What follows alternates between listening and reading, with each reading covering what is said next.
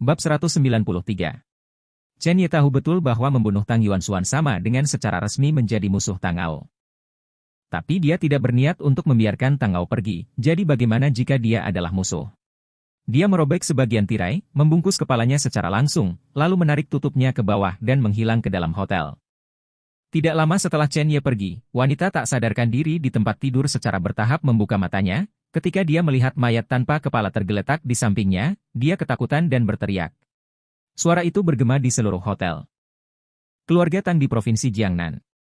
Tang Ao mondar-mandir di halaman, dia melirik waktu dan mengerutkan kening. Ini jam 8 malam, jadi Tang Yuanxuan harus kembali. Dia meminta Tang Haisen untuk membawa Tang Yuanxuan kembali lebih awal hari ini. Tetapi pada titik ini, masih tidak ada gerakan. Dia membuat beberapa panggilan dan tidak ada yang menjawab. Sebuah firasat buruk berlama-lama di dalam hatinya. Ketika Tang Haisen kembali, dia akan dihukum berat, dan dia tidak punya waktu. Tang Ao menggelengkan kepalanya, tepat ketika dia hendak duduk, telepon di atas meja berdering. Tuan, suara yang akrab datang dari ujung telepon yang lain, itu adalah pengemudi Tang Yuanxuan. Ada apa? Kamu belum mengirim Yuanxuan kembali? Nada suara Tang Ao agak marah.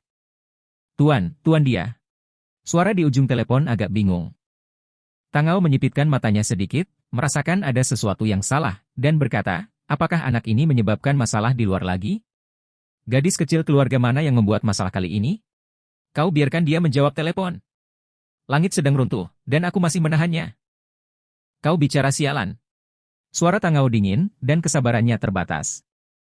Orang di ujung telepon terkejut dan tidak peduli, berkata, Tuan, Tang Hai sudah mati, begitu juga Tuan Muda. Kepala Tuan Muda hilang. Bang! Mendengar kalimat ini, seluruh tubuh Tang Ao menyapu gelombang udara yang sangat menakutkan. Dalam sekejap, cangkir teh di tangan kanannya pecah.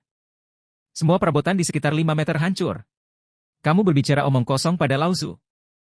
Raungan marah terdengar. Pukulan tiba-tiba menghantam hati Tang Ao seperti palu yang berat. Seolah-olah hatinya dibombardir berkeping-keping. Putranya sudah mati. Mustahil. Mustahil. Tidak ada seorang pun di seluruh provinsi Jiangnan yang memenuhi syarat untuk menyentuh putranya. Bukan siapa-siapa. Suara pengemudi di seberang telepon bergetar, Tuan. Ini benar. Tuan, datang dan lihatlah Hotel Huatai. Ini benar-benar masalah besar. Tang Ao maju selangkah, dan tanah benar-benar membuat lubang tipis.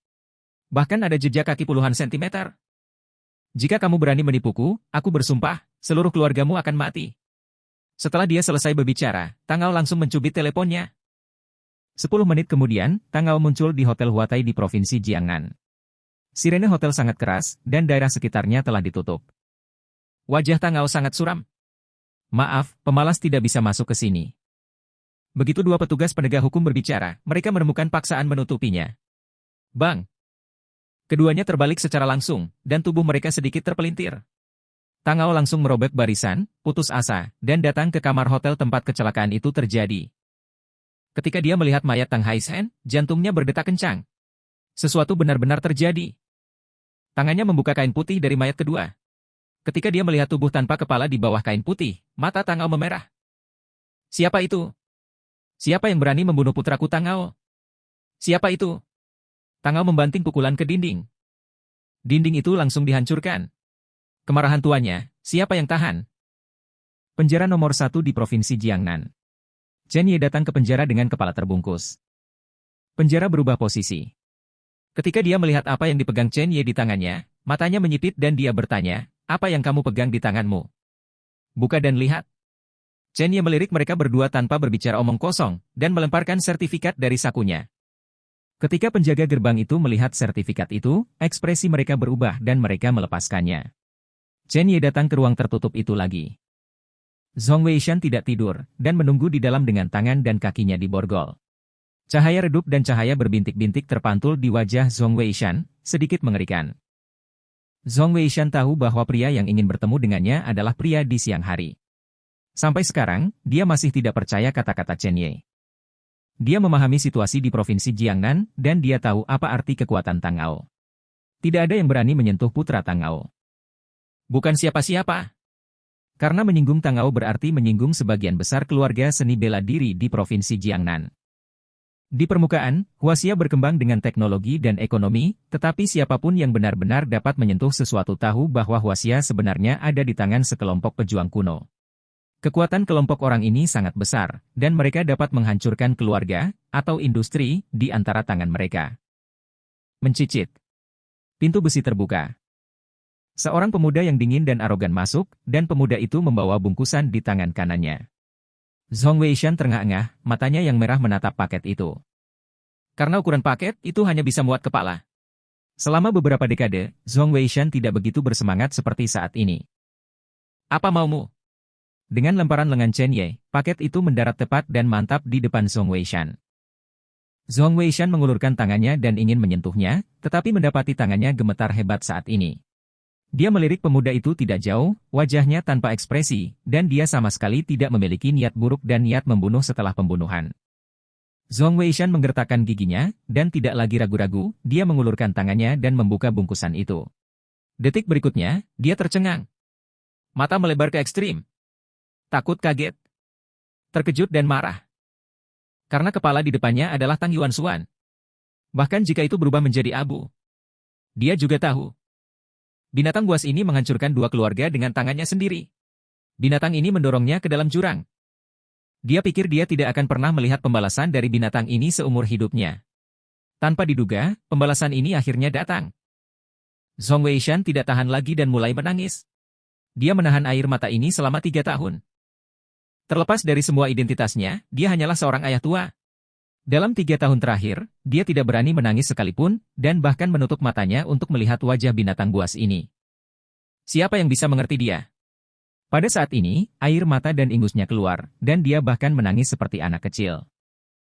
5 menit kemudian, Zhong Weishan merasa bahwa semua pengekangan di tubuhnya telah hilang, dan dia menatap pemuda itu tidak jauh dengan mata merah. Berdiri tegak. Dia menyeret rantai dan datang ke Chen Ye. Plop. Dengan suara berlutut. Kepalanya terbanting keras ke lantai. Bang bang bang. Terima kasih. 1000 kata hanya ada dalam 2 kata ini. Begitu Chen Ye melangkah, sepertinya aliran udara dihasilkan di tanah, dan dia mengangkat Zhong Weishan dengan tiba-tiba. Kamu tidak perlu berlutut di depanku. Saya katakan sebelumnya bahwa ini adalah kesepakatan. Saya hanya ingin tahu tentang Yunhu Villa. Bab 194. Zhong Weishan bangun dan mengangguk tajam. Oke. Saya akan memberitahu Anda semua yang saya tahu. Chen Ye tidak berbicara, dan meletakkan tangannya di belakang, menunggu jawaban Zhong Weishan. Zhong Weishan melirik Chen Ye dengan rumit, dan berkata dengan emosi, saya tahu bahwa seorang anak laki-laki dari keluarga Ye jatuh ke Danau Dongqian dan mengira dia sudah mati, tetapi saya tidak berharap dia hidup kembali. Melihat bahwa Chen Ye tidak menanggapi, Zhong Weishan melangkah ke topik. 5 tahun lalu, saya bertugas menyelidiki beberapa kasus khusus di Provinsi Jiangnan. Insiden di Yunhu Villa adalah hal paling aneh yang saya temui tahun itu. Lanjutkan. Chen Ye berkata dengan mata menyipit. Ketika insiden itu terjadi, saya kebetulan berurusan dengan kasus lain di Jiangcheng, jadi saya bergegas sesegera mungkin. Semua orang di perjamuan itu bubar. Ketika saya melihat orang tua Anda, mereka terluka parah. Chen Ye terkejut, berbalik, dan bertanya, apa yang kamu katakan? Dia terluka parah. Belum mati?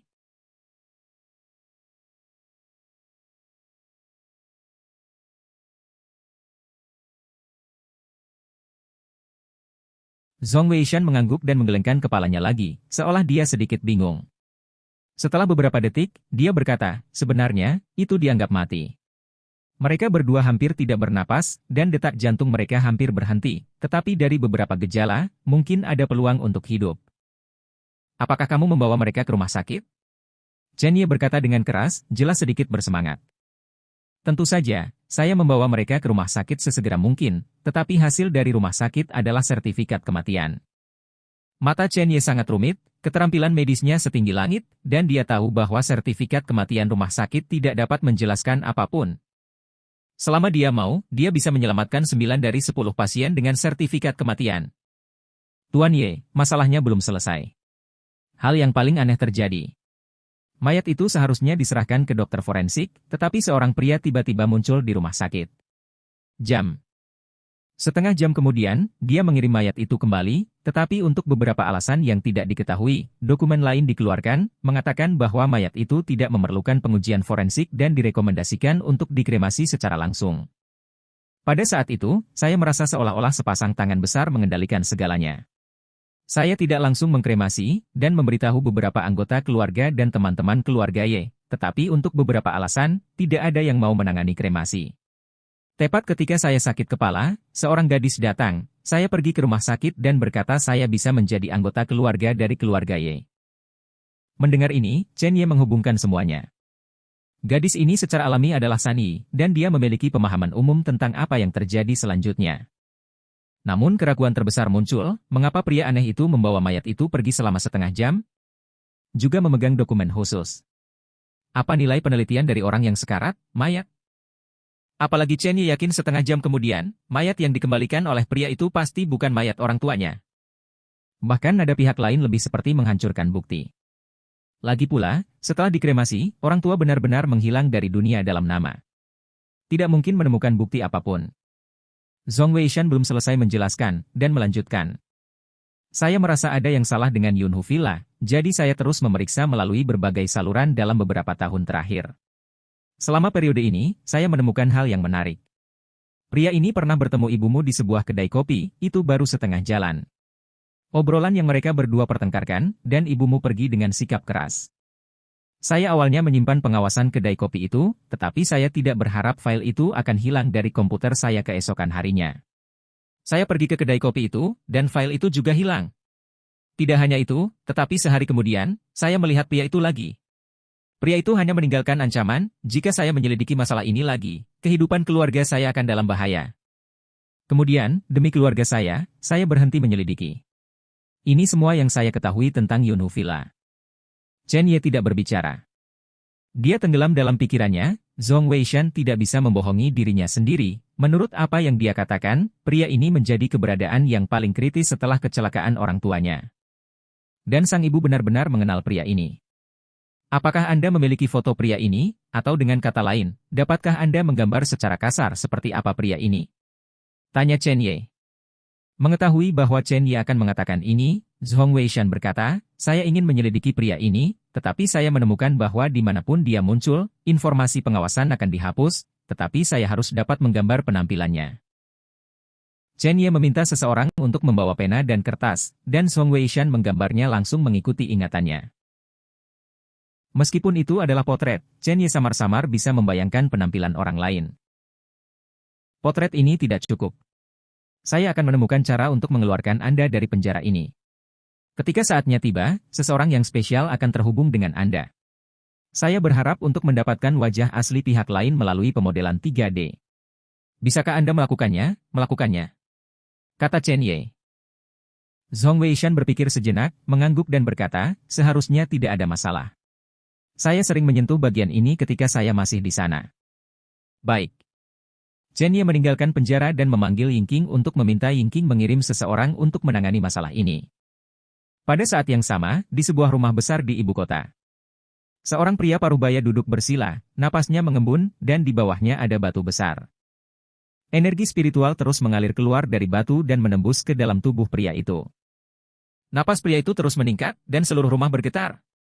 Jika Zhong Weishan ada di sini, dia pasti akan mengetahui bahwa pria parubaya ini adalah orang yang mengancamnya. Tiba-tiba, ada ketukan di pintu di luar rumah.